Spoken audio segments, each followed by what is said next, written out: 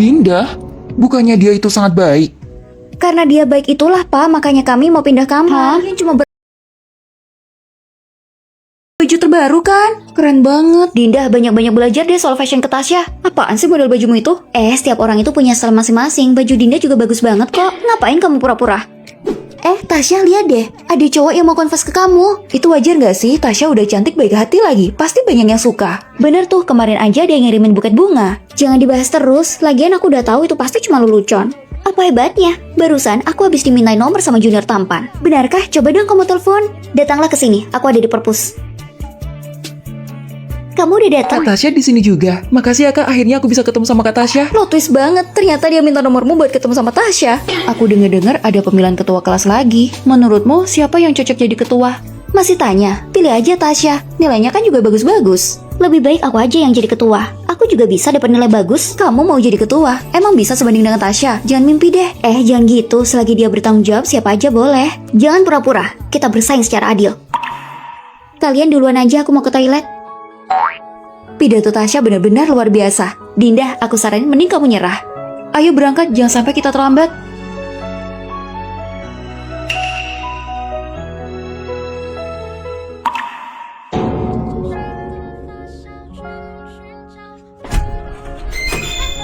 Ada orang nggak? Tolong bukain pintunya. Saya yakin saya bisa bertanggung jawab sebagai ketua kelas. Saya berharap dukungan kalian. Terima kasih. Bagus, siapa berikutnya? Pak Guru, Tasya belum. Di mana dia? Pak, kalau Tasya terlambat saat pemilihan, itu berarti dia tidak bisa bertanggung jawab. Jadi kita tidak perlu menunggunya. Kalau tidak ada kandidat lain itu berarti... Pak Guru, saya...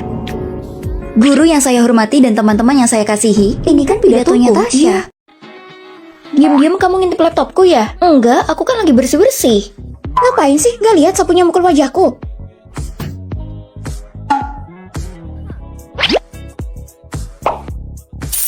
Saldo Anda sudah terisi. Dinda, kamu ngapain sih? Membayarnya biar kamu bisa nonton. Penglihatanmu bagus juga. Aduh. Coba baca ini. A, B, C. Penglihatan mata kanan sempurna. Sekarang yang sebelah kiri. Baca ini. D, J. Sekarang udah tahu kan, mengintip orang lain itu bisa membahayakan penglihatanmu. Aku tahu. Nih, tukang paket. Kali gitu biar aku aja yang ngambil paketnya. Emang udah tahu kode barangnya? Aku sudah melihatnya. Aku pulang. Mana dia?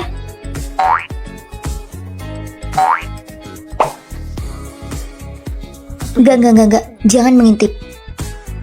Lihat aja deh. Jadi Tasya beneran bau kaki? Iya, makanya dia beli obat kaki. Tasya, padahal kamu kelihatan bersih banget. Ternyata kamu bau kaki. Makanya setiap ke asramu aku selalu mencium bau. Aku nggak bau kaki. Jangan bohong, nih paketmu isinya obat bau kaki. Semuanya udah melihatnya. Kenapa kamu buka paketku? Nggak bisa apa kamu menghormati privasiku? Kalau aku nggak buka, gimana aku tahu kalau kamu bau kaki? Gimana kalau nanti kamu menulariku? Itu untukmu. Kita udah gak tahan lagi sama baumu. Apa maksudmu? Aku nggak bau kaki? Nih, kalau nggak percaya. Gak mungkin. Dinda, udahlah, pakai aja obat itu. Senjata paling mematikan. Tasya, aku benar-benar iri sama kamu. Wah, Tasya, warna rambut kamu indah banget. Tasya, kasih tahu aku dong, kamu ke salon mana? Tasya, apa orang tuamu gak marah? Enggak, malah mamaku sering banget ikut mewarnai rambut. Rok ini cocok nggak aku pakai buat kuliah? Cocok, terus ukurannya pas banget di badan kamu. Aku juga mikir gitu, mau langsung aku pakai Tasya, rokmu nggak kepedekan? Enggak, masih aman kok.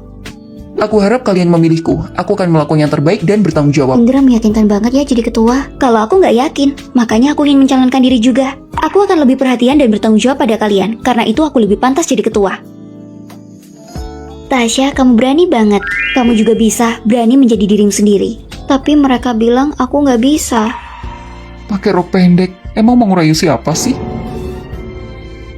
Ayo ikutin dia. Menurutku, dia lebih cocok menjadi ketua dibandingkan aku, karena aku cuma seorang perempuan. Terima kasih semuanya karena sudah memilihku. Ngapain rambutmu mau diwarnai? Rambutmu nanti jadi berantakan. Kenapa? Kenapa aku tidak bisa melakukan apapun? Dinda, lepaskan saja semua yang menghalangimu. Jangan pakai rok pendek, jangan pulang malam-malam. Dan jadilah karakter utama di hidupmu. Apa yang kupakai, itu kebebasanku. Yang ini bagus nggak? Wah, cantik banget. Aku jadi pengen deh. Siapa yang mau jadi ketua? Singkirkan rasa tidak mampumu dan jadilah berani. Karena orang berani akan menikmati dunia lebih dulu. Hasil pemungutan suara ketua kelas, Nita 10, Tasya 9, Manda 3. Jadi, Tunggu, Pak Guru, saya belum memilih. Pak, hasil pemungutan suara kan sudah keluar, jadi dia sudah tidak bisa. Tapi tadi aku ngeprint buat tugas kita. Itu urusanmu. Hasil pemilihan itu dilihat dari hasilnya, bukan prosesnya. Karena kamu telat, jadi ya udah nggak bisa milih. apa yang dibilang Nita itu benar? Duduk dulu. Padahal aku mau milih kamu. Gak apa-apa, selagi yang terpilih bisa bertanggung jawab, itu sama aja. Jadi ketua kelas terpilih adalah Nita. Mirna, kenapa kamu belum menyerahkan surat pengajuan beasiswa? Aku nggak bisa pakai komputer, jadi belum aku isi. Udah jadi mahasiswa tapi belum bisa pakai komputer. Aku nggak punya uang buat beli laptop, jadi... Kan bisa nabung. Gak ngerti deh, udah jadi mahasiswa tapi belum bisa pakai komputer. Nanti perusahaan mana yang mau menerima kamu? Jangan bilang gitu, gak semua orang kondisinya baik. Coba kamu lihat kondisinya Mirna. Buat apa? Aku cuma menganalisis masalah secara objektif. Masalahmu ya urus sendirilah. Kamu jangan dengerin Nita ya. Sini aku ajarin memakai laptop. Tasya, Lili, aku disuruh guru membentuk tim untuk kompetisi kewirausahaan. Kalian berdua ikut ya. Bisa nggak kamu nambahin aku? Ini kan buat perwakilan kampus. Dan kamu sendiri belum bisa pakai komputer. Takutnya nanti malah nyusahin tim lagi. Nanti pasti ada kesempatan yang lain. Nita, apa yang kamu bilang ke Mirna itu terlalu menyakitkan. Tapi yang aku bilang itu fakta dan masuk akal kan? Aduh, perutku sakit banget. Bisa nggak aku istirahat duluan? Kalau gitu pergi dulu aja. Gak boleh. Ingat ya, kita itu mau kompetisi. Nita, udah. Takutnya nanti dia pingsan lagi. Kamu itu aneh banget. Selalu aja ada keluhan setiap hari. Aku aja yang sering pepek keluar kota sehat-sehat aja. Fisik setiap orang itu beda-beda. Jadi biarin aja dia istirahat. Tapi kita satu-satunya tim yang mewakili kampus. Dan dia cuma menunda kayak gini. Ini soal kehormatan kampus. Kalau gitu mending diganti aja deh. Nita, topik yang kamu kumpulkan itu semuanya berantakan. Nita, bukannya sebelumnya udah dikoreksi semua. Aku itu cuma namain beberapa ideku. Siapa yang tahu kalau Pak Guru nggak ngerti. Dan juga akan ada pemilihan ketua kelas lagi. Kenapa? Apa saya kurang baik? Nggak perlu dijelaskan, saya tahu dan semua siswa juga tahu. Dia jadi ketua tapi nggak pernah memahami yang lain. Makanya, kali ini aku mau milih Tasya aja.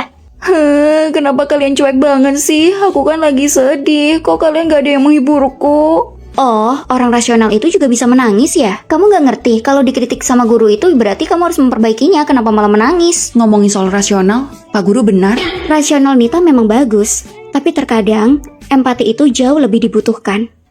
Tari, udah Oktober, kamu bilang mau bayar hutangmu 500.000. Aku belum membayarnya, seingatku aku udah bayar sejak lama, maaf ya.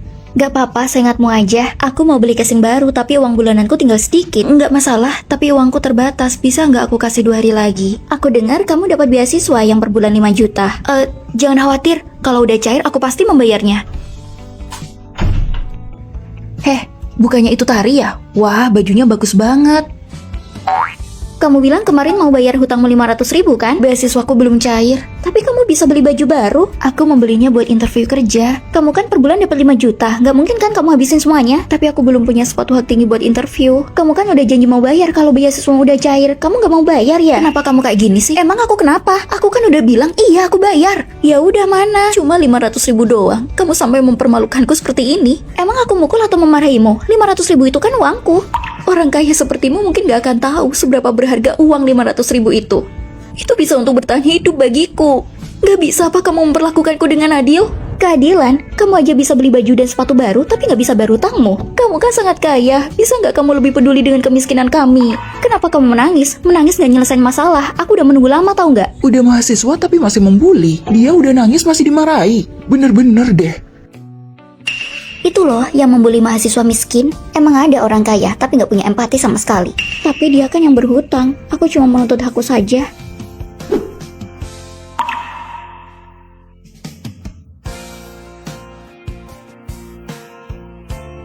Kumpulin aja sendiri, aku gak mau menerima tugasmu. Nanti disuruh ganti rugi lagi.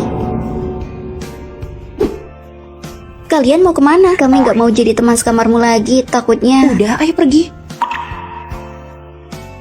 Padahal aku dengan senang hati memberinya dana darurat. Sekarang aku malah jadi kayak orang jahat. Ini kamu. Iya, tapi orang-orang itu nggak tahu alasan dibaliknya apa. Meskipun ada yang berutang padamu, kamu gak boleh mempermalukannya di depan semua orang. Kamu bahkan nggak percaya sama aku. Kamu gak tahu orang-orang bilang apa tentang kamu. Mending kamu cepat minta maaf padanya, atau kita putus.